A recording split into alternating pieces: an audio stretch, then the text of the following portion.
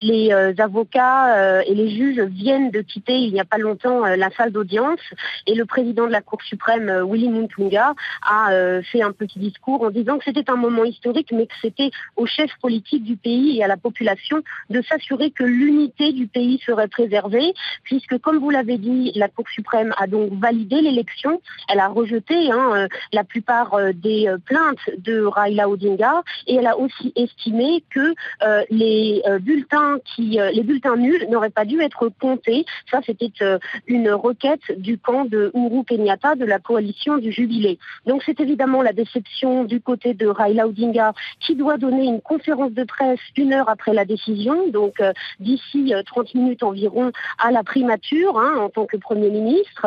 Et à la sortie de la salle d'audience, j'ai pu interviewer quelques avocats. Alors par exemple Haroun Doubi, qui était l'avocat d'Africog, qui était cette organisation de la société civile qui avait également déposé un recours et qui s'estime déçu.